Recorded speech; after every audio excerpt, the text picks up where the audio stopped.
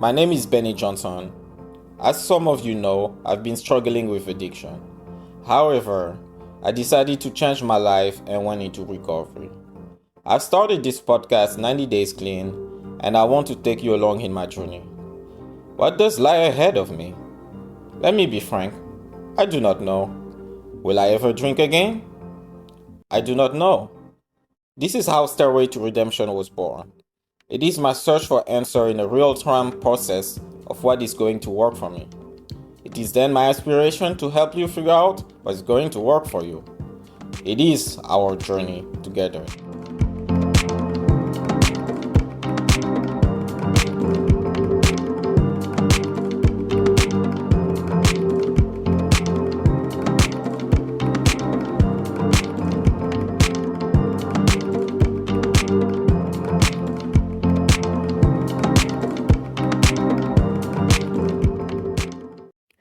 Good morning, guys, and welcome back to Stairway to Redemption. This week's gonna be a solo episode, solo episode 7. The last time I made the solo episode was, I think, 8 episodes ago, which is like about 2 months. I made the one just after I came back from vacation, and a lot has happened since. So yeah, I almost forgot to make one solo episode. I just realized that I didn't make one in a while, so I guess, one is due.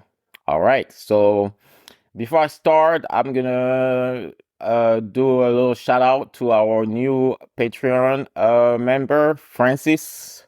Shout out to Francis. Francis and I used to work together at my previous job. He reached out this weekend to, let me know that the Spot podcast really speak to him, that he would like to support, and that basically show love and support. And it really warmed my heart because I was not expecting him to, I do this podcast selflessly just to help others, but it definitely always warms my heart when you get some kind of validation. Now that, especially when you're not looking for it, it's the pure kind of, it made me feel like, yes, I'm doing something right and I'm helping others, and it's great. And it definitely helps me moving forward. So from now on, any other new Patreon, I'm going to give you a shout out at the beginning of each episode, or at the end of, if I have a guest, I'm gonna, anyway, you're gonna get a shout out. So shout out to you, Francis, for supporting the cause. And to remind you guys, the Patreon is only there are 2 tiers, $3 just for supporting us, and a $5 tier to get the whole content, new content. So the roundtable episode come first on come first on the Patreon page, and I'm thinking of releasing them I think 2 weeks after. They will come in exclusivity on Patreon, and maybe release them 2 weeks after or a month after on the main platform. I'm debating between those two time frames, 2 weeks or a month. And the Patreon page also contains Addiction in Fiction, where we review movies or documentaries, because the last Addiction in Fiction was Addiction in Documentary, the CC Sabathia story. For those who don't know, CC Sabathia was a Yankee Hall of Fame baseball player. Who struggled with addiction. He had a documentary, and we dissected that documentary. We're about to record the next one, Addiction of Fiction. It will probably be Chris Herron, who used to be a Boston Celtic player who also fell to addiction. So if you have any movie recommendation you would like us to analyze, and by us I mean the usual suspect, it will be probably Rich and Katie. Feel free. So now, a little incentive: if you want to hear your name in the podcast, please support us. All right.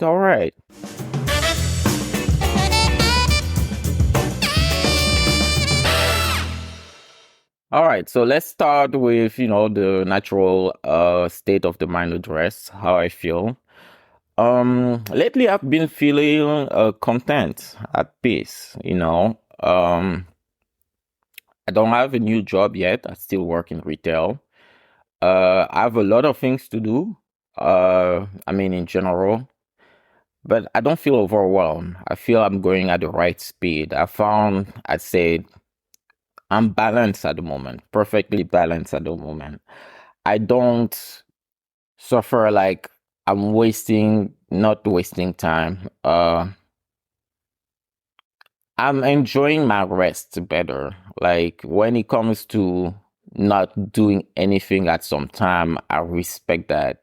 Like earlier, I was telling that I was kind of struggling that if I was not doing something like productive, like, going to the gym or recording a podcast or like working, that I was wasting time. Um, but now I feel more comfortable when, there's that balance between my body and my mind. When, like today, for example, I didn't go to the gym because I had things to do around the house, laundry, clean the house, that kind of stuff. And it didn't bother me. I didn't felt like, oh, I was missing out on my workout. For those who don't know, working out and fitness is a very important part of my recovery. I spend in average between 15 to 18 hours a week at the gym. I even posted on the Instagram page a big thank you to Felipe, my coach, for introducing me to kickboxing and also being my fitness coach. Shout out to you, Felipe. Uh, and yeah, it definitely keep me sober. At the beginning, when I was finding my new, let's say, when I just got back into working out at the beginning of last summer, when I just got out fresh off treatment, I dove in like both feet in with, and it was it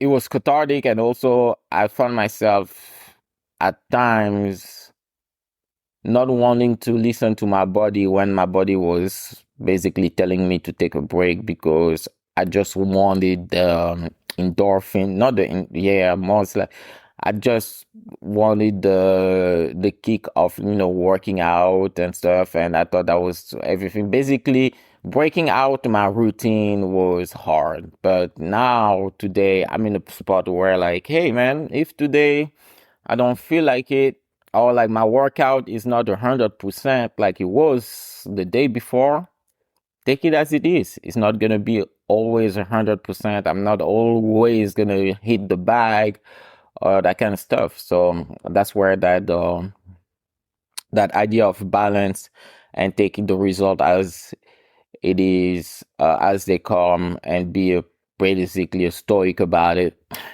Back again to stoicism. Stoic about it comes. So yeah, I feel at peace. I feel very balanced lately, like especially the past 2 weeks. Um, yeah.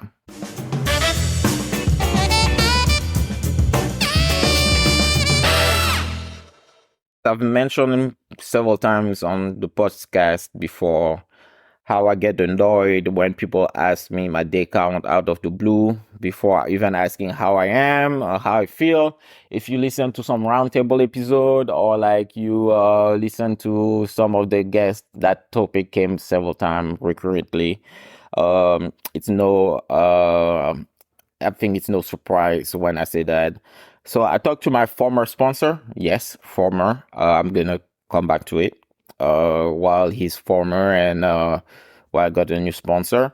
So I talked, yeah, to my former sponsor, and he mentioned an anecdote that, the anecdote of um imagine a newly transferred baseball player that just get into, the new team's locker room, what's the most likely questions he's gonna get? What do you hit? What's your RBI? Uh, I get the icebreaker part of the asking the day count questions. But and I agree. There's no doubt about it that some people just ask that as an icebreaker. Uh, but he also said, my former sponsor also said that not to think that people are always trying to evaluate my sobriety when they ask that question. And that's definitely the most impression like that I'm get from people who ask me that question. He said that they're not trying to evaluate your sobriety. They're trying to see if they can be of service for you if you have a relatively new sobriety. For example, if I were to say that I had only like 15 days back, they were like, oh, do you want help? Do you support? Or if I had a relatively long sobriety, or like if I qualified, qualification usually is what, 3 months, 90 days for most tasks. Uh, they will ask me that to see if I could be of service for other people. And the truth is, it's a point that I didn't consider, and I think it's valid. Uh, and yeah, it's a point I didn't consider in the past, and I believe some people think that way, without any ulterior motive. But in my experience and the way I see some people carry themselves, I cannot help but question their motive to do service. You know, again, my sponsor said that like 99 of course you always have assholes in the groups of in the rooms of AA, obviously, but 99% of the people in the rooms wants you to succeed because doing service help them staying sober as well, like the gratification of helping others boost this, your self-esteem, when basically it's boosting your self-esteem when you help somebody and you see them doing well. So that being the goal, it's in the interest of everybody, he said, that you succeed. And I would say, yeah, overall, that's right. But I'm not trying to be a pessimistic here or like, be a cynical, but I I cannot help but think that some people perverted that idea of service. And I cannot stop asking myself ask myself the people's motive to do service. Are they helping selflessly, or are they just trying to satisfy their ego? Because I'm not thinking there's any malicious intent behind it, but the quality of the help or the service matter. You know, uh, if somebody can boost their ego trying to help by giving and still give a bad advice, that's possible. That's not an anomaly. And sometimes under the pressure, the way I see people carrying themselves, and the way it hits me, and the way I analyze it is a little bit, okay, what are the intentions, right? And some of you will say, what does it matter? Would you ask? They're trying to help. They're trying to help. So also, why am I being judgmental? Some gonna ask, why am I making assumptions? And finally, there's a thing in the rooms where do not do other people's inventory. And I agree with that. And that's beautifully said. But hear me out for a second. Well, I'm being a bit careful here because I need to discern and identify people's intentions in order to set proper boundaries. How could one stay sober if they don't set proper boundaries? how you find and how do you find people's intention? You observe them, you talk to them, and you make a judgment call. You know, I'm not gonna be saying here like, oh, we're all judgmental, we all judge. Yeah, to a certain extent we do, but there's a balance to reach out there that I'm trying to get to between being careful and being safe and setting proper boundaries, right? And making fair and give, between that and giving people the benefit of the doubt. And I get the meaning behind you're not supposed to do people's else other people's inventory. I get the meaning behind that.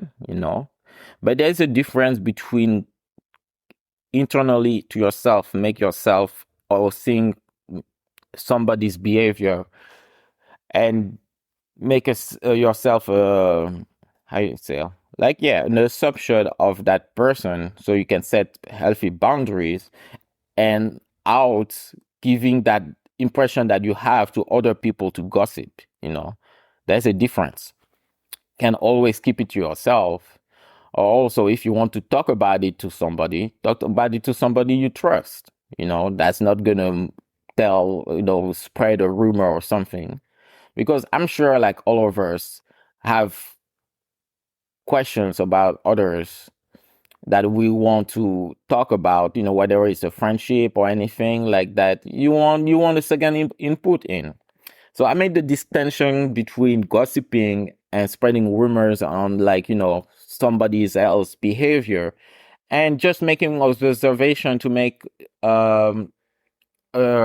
educated educated assumption, a fair assumption about. And it's important, especially in the room of A, because like how many times, and even in life, did we ignore, me personally, did I ignore what my gut feeling was because I didn't want to make fair assumption? I didn't want to read the sign that I was looking at. I didn't want to be like, okay, I don't have empirical data or past behavior, like I don't have empirical data on that person's behavior, so I'm gonna ignore my gut feeling and just give them the benefit of the doubt.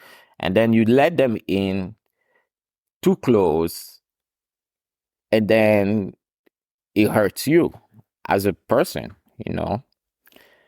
Like, if I don't like what I see in somebody at first, I'm most likely to establish then rigid boundaries. It doesn't mean that I made a definitive opinion of that person. It just means that I'll approach them more carefully, that somebody I have better rapport with. I'm also bringing up this because I was hesitant of asking somebody to be on the podcast because I wasn't sure if they were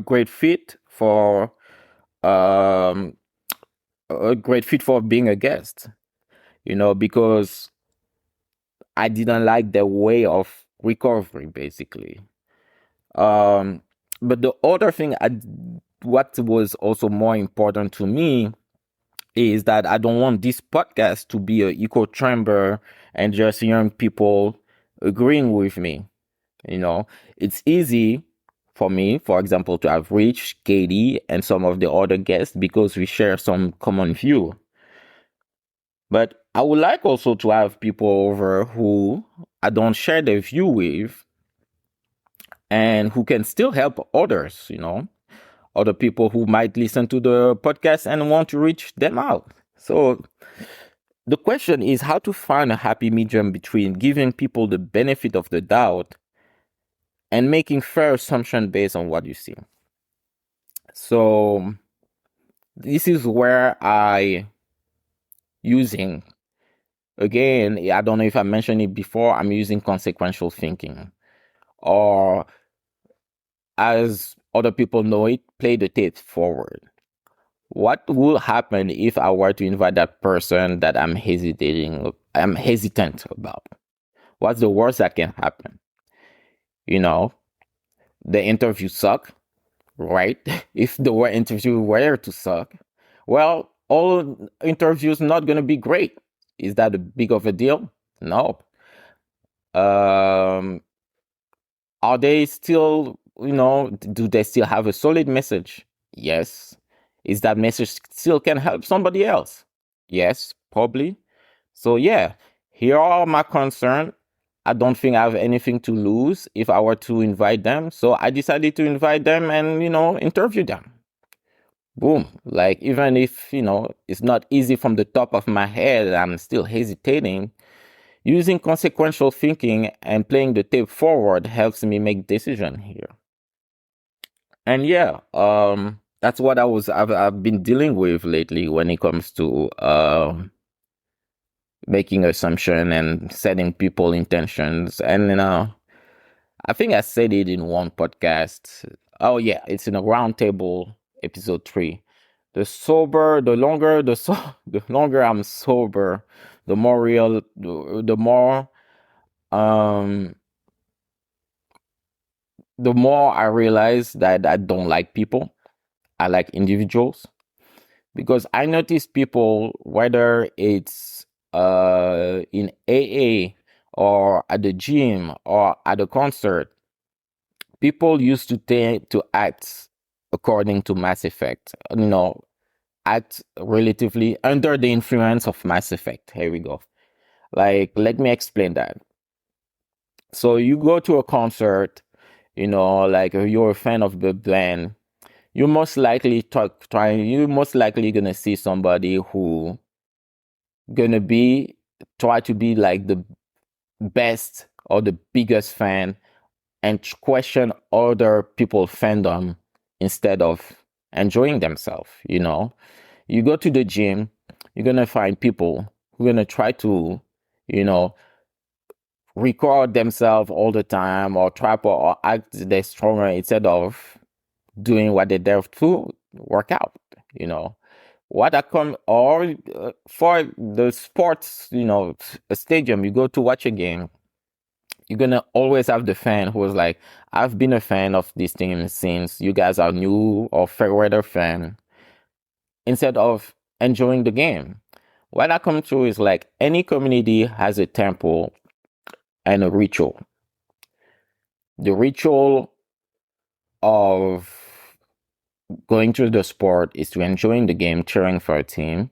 The temple is the stadium. And some community tend to be often run or by zealots who deviate from what the ritual of the community is. And to circle back to AA, sometimes I feel like the ritual of what the community is to help each other is being corrupted with other stuff. So that's why when I see people doing acting into like Mass Effect, like let's like for example going to the diner after the meeting, when all they talk about is recovery, or like, did you hear that guy? I heard he relapsed. Did you like it? Basically turn into gossips, and all they talk is about Ace. For me, the idea of going to a diner, and I might be wrong, it's my opinion, is to know what else we have in common. So we know we all in recovery because we are in the rooms of AA. So you go to the diner, what else is there? Like there. What else how can we know each other better? Because me personally, my life doesn't revolve around AA. And that's where like my dislike of people start to increase. And I said it in the round table. I do not like people, but I like individuals. I found myself when have a one-on-one conversation with anybody, most people actually, most individuals I meant, I find them more likable than when they're in a group of people of their peers, because they less likely to how to say to try to impress their peer. I'm most likely to know who they are and what they're about. It might sound pretentious. It might sound like, what are you talking, Benny? But I really do believe that. Like, I do believe that people act differently when they're among deep individuals act differently when they're among groups. The mass effect is in full effect. Ha, funny joke.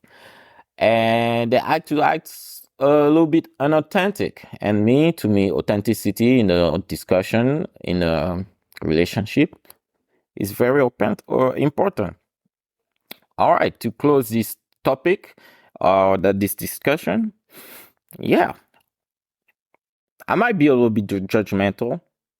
I might be, somebody will say, make others people inventory, but they're all internal assessment of people I want to have in my team.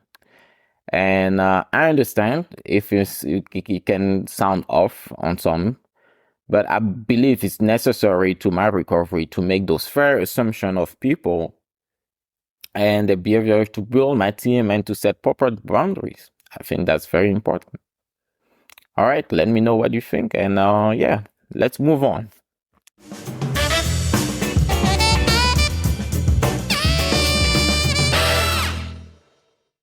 All right, all right, all right. Moving on. I mentioned earlier that I was talking to my former sponsor. Yes, indeed. I got a new a sponsor.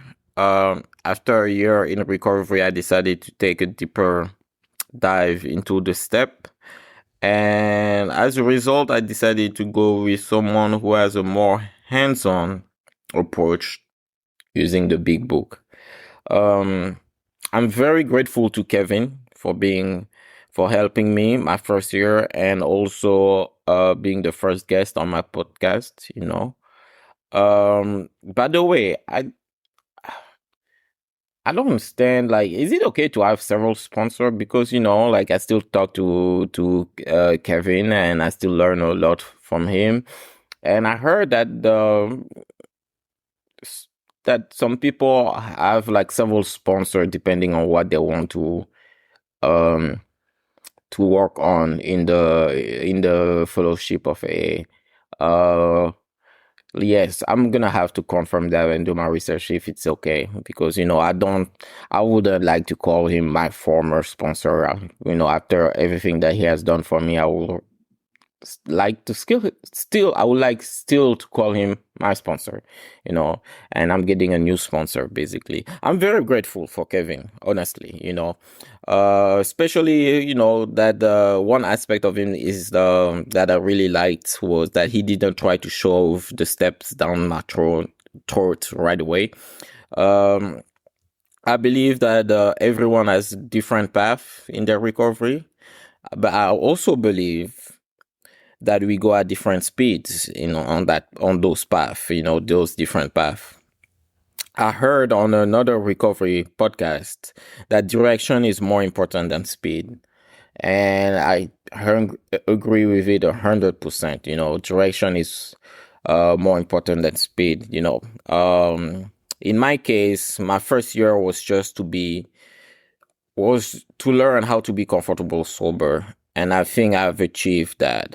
Now I'm ready to learn more, you know, learn what the steps are about. I think like I owe at least this program to try it before, you know, because I've been critical sometimes of yes, my critical thinking is coming back again, of like some steps or some like traditions of the fellowship.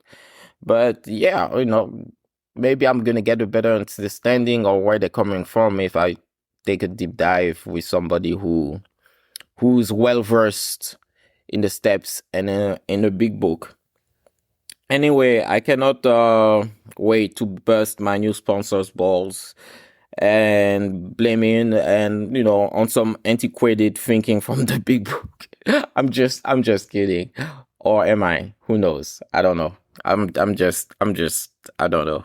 He knows, like that new individual knows that like I'm gonna be challenging and that ask questions and that I'm not trying to debunk anything. I'm not coming with an approach of like, oh, I'm gonna try to prove that this things is nonsense. No, au contraire. I really, really want to understand where the people who wrote those steps were coming from and what were the objectives when they do it. And yeah, like maybe I'm gonna come back and tell you guys that like yeah, the steps are the way, who knows.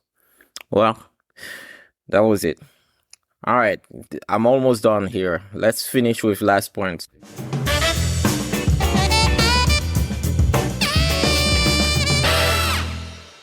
So I've been also dabbling in the recovery world with some few apps that like allow community online and stuff.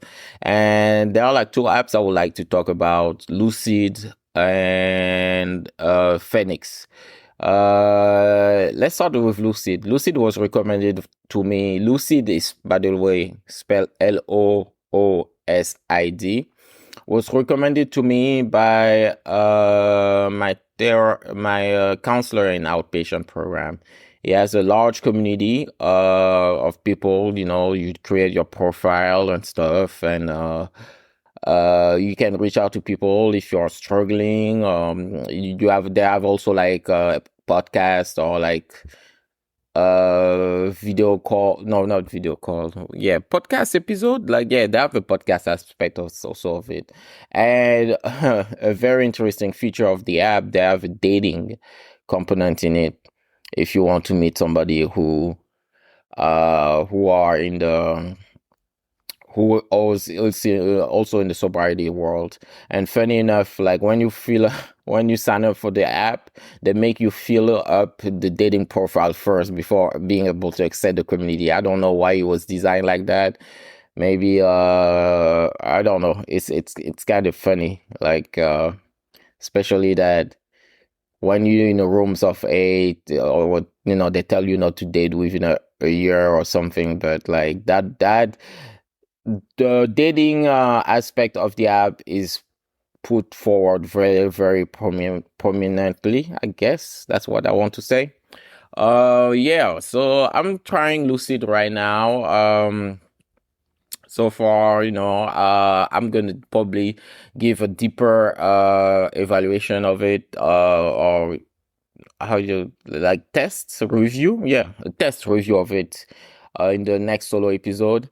The other app, sorry, is called Phoenix Recovery. Is a group of an organization of people who are in recovery, and they're like more